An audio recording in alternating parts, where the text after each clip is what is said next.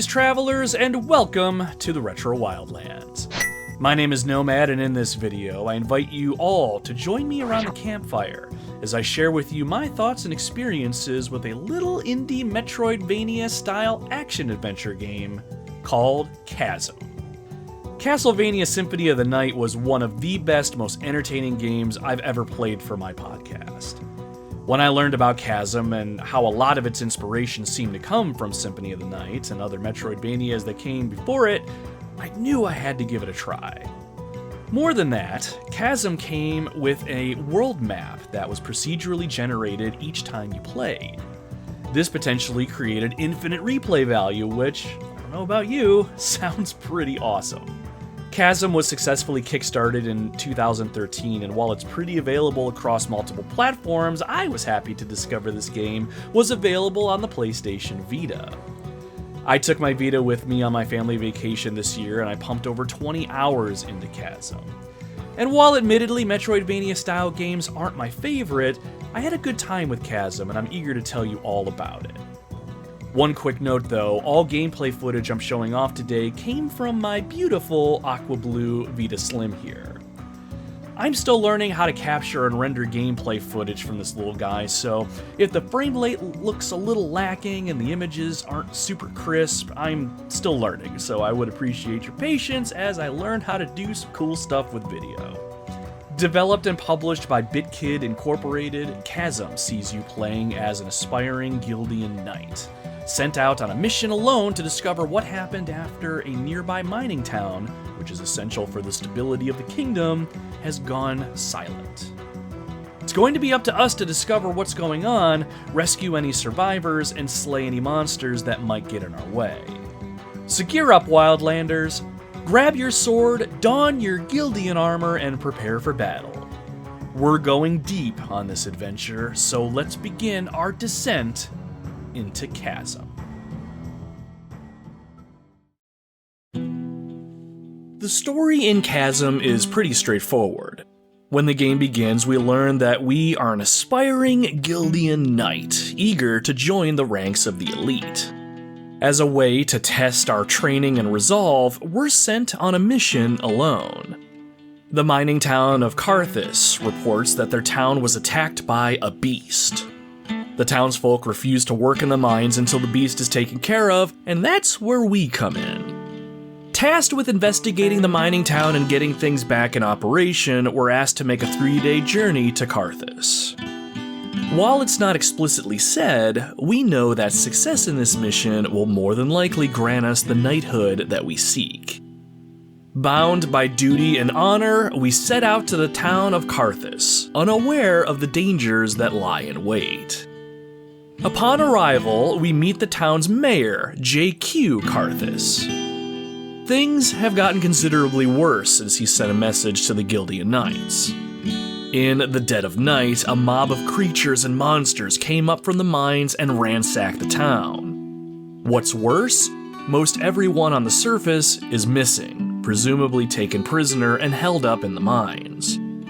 Our mission is to rescue the missing townsfolk and put a stop to the evil that's ravaging the town before whatever evil that lurks in the depths finds a way to the surface.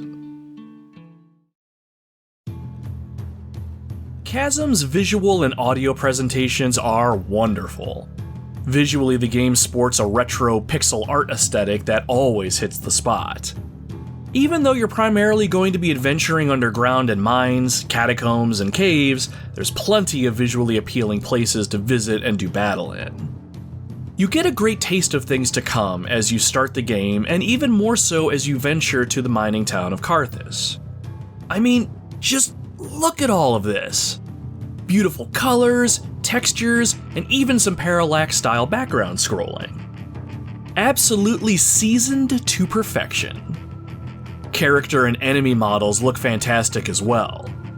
Your character, the aspiring Guildian knight, is well detailed and animates beautifully as they move, jump, and attack. Enemies you come across are mostly interesting to look at and are very detailed when it comes to their outward looks as well as how they animate. Most enemies even have unique defeat animations, adding more to them, almost giving them their own personalities in a way. In combat, you'll oftentimes need to be aware of certain attack animations or mannerisms so you can plot your next move, and the animation quality of the enemies here make that a breeze. As I entered new areas, I was often more excited to see what sorts of new enemies I'd be fighting instead of what new loot I'd find. The areas you'll be working your way through are all interesting enough and look good in the process. The mines are very, well, mine-like, as well as the catacombs, but personally I really enjoyed the keep as well as the garden areas. Every area offers its own challenges while remaining visually distinct. If I had to level any criticism at Chasm's visuals, it's that the more time you spend in a location, the more each room tends to look like the last. While some unique rooms do exist, it all starts blending together, and the wonder you feel when checking out a new area does fade fast. But I can't really fault Chasm as a game for this. Really, this is a product of Metroidvania-style games in general, which sees you in similar areas and revisiting already visited rooms quite often.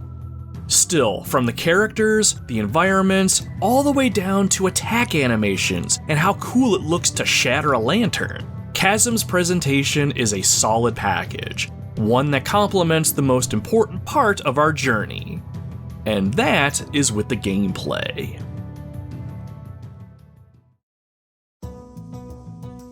The gameplay in Chasm is very fun and easy to find yourself getting absorbed in. If you've played a Metroidvania-style game before, like Castlevania, Symphony of the Night, Super Metroid, or something similar, you already have a good idea of what the gameplay loop Chasm offers is.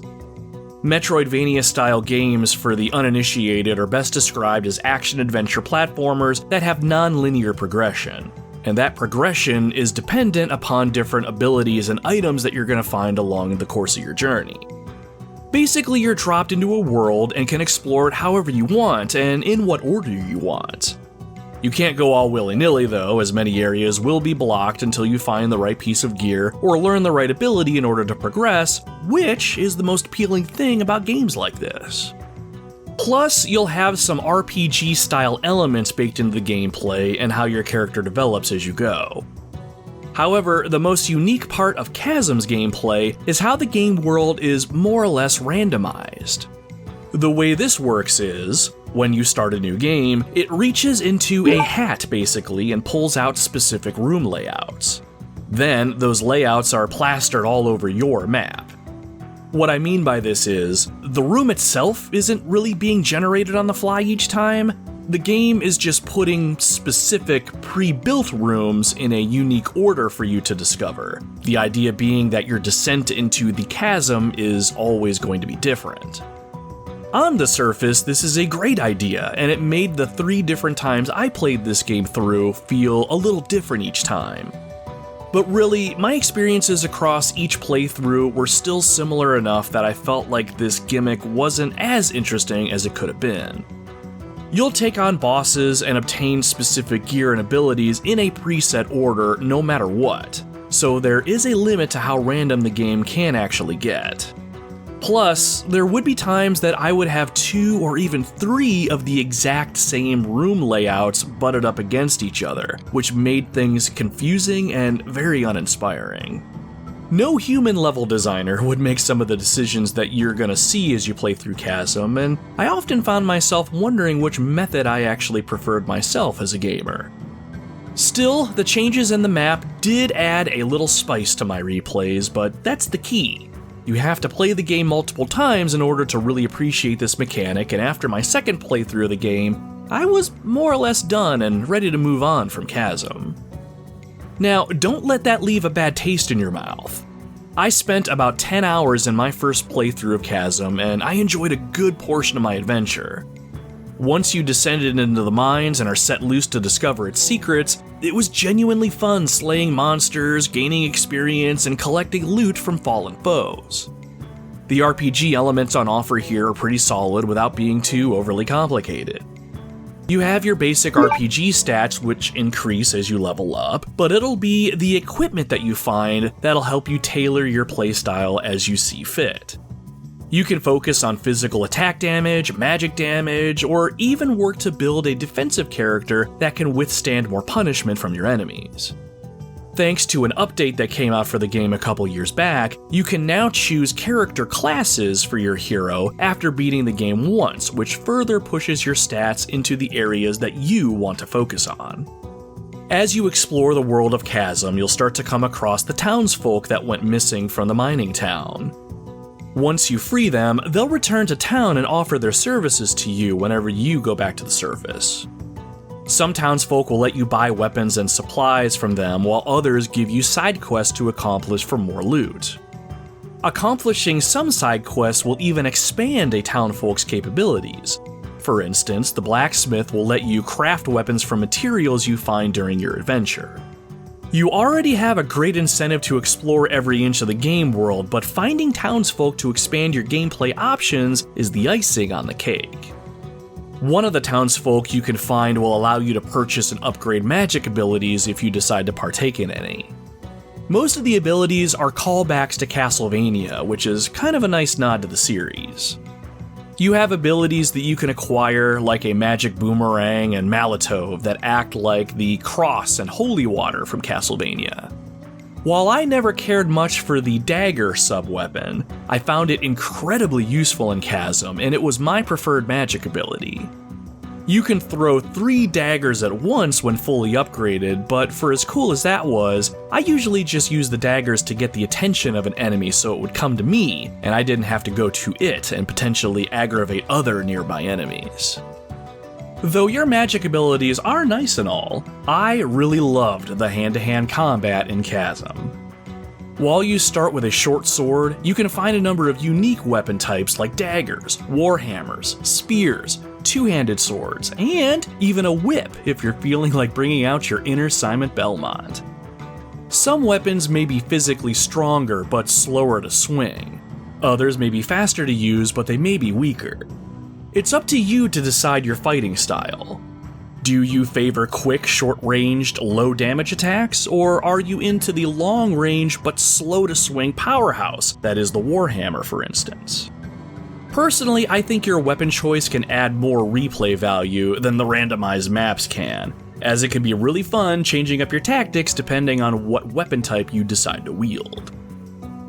Chasm can be a hard game for some, as the further you progress in the game, the harder platforming can become and the fiercer the enemies are going to be. I did enjoy battling most of the enemies in this game, and it was fun learning all their quirks and figuring out how to best take them on in combat. With around what feels like 100 unique enemies in this game, there's plenty of variety to be had. But more dangerous than the slew of monsters and ghouls is the platforming. More than halfway through the game, Chasm will throw some pretty solid platforming challenges at you.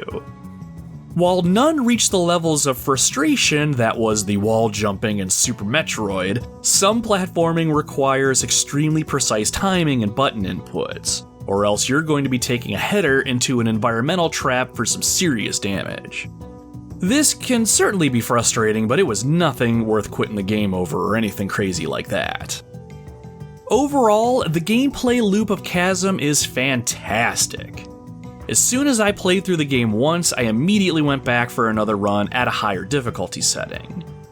I even played the game a third time in order to get the Platinum Trophy, and it didn't feel like too much of a slog, especially for my third playthrough. While I see the replayability in the randomized maps and all the loot drops, a couple times through was all that I genuinely needed to get what I wanted out of Chasm. And at 8 to 10 hours of playthrough, if you're taking your time, that's a good amount of time for a Metroidvania like this one.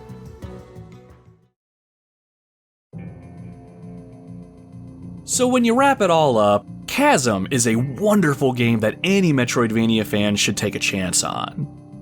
While I didn't find unraveling the mystery of the evil that's preying upon the mining town interesting in the slightest, I had a great time exploring the game world while I learned how to defeat each enemy and level up in the process. The randomization of the game world in each playthrough is an interesting idea, all things considered. I like how you can't just do an internet search to see where a specific item would be, it's all on you to figure out. But sometimes room layouts were repeated in odd ways, and the overall progression through the multiple biomes was more or less the same, so it's hard to feel like each adventure is truly different. But don't let that stop you from experiencing the game. A lot of love went into this adventure, and it very clearly shows. While platforming can be hit or miss at times depending on the room layouts, combat is intuitive and fun, exploration is often rewarding, and gathering loot and gold never gets old. It's always satisfying starting out as a level 1 newbie and ending the game so powerful that enemies tremble when they see you coming. So, what are you waiting for? If you're looking for an adventure game that brings together a lot of what makes adventure games great, check out Chasm, and show the world that you have what it takes to be a Guildian Knight. Thank you very much for watching my review of Chasm. If you're still watching, I have to assume you liked what you saw, or you found my soothing Italian voice very pleasant. So if either is the case, please consider smashing that like button and subscribing to the channel for more. Also, be sure to check out the Retro Wildlands podcast on your favorite podcasting app if you're looking for some detailed adventures into your favorite retro video games. At the time of this recording, this game is available on PC, PlayStation 4, PlayStation Vita, Xbox One, and the Nintendo Switch. Several years back after the game launched, BitKid added more features to the game through an update, so there's even more to discover than what I covered here. So what did you think of this game? If you have any thoughts or experiences of your own that you want to share, feel free to leave them in the comments below.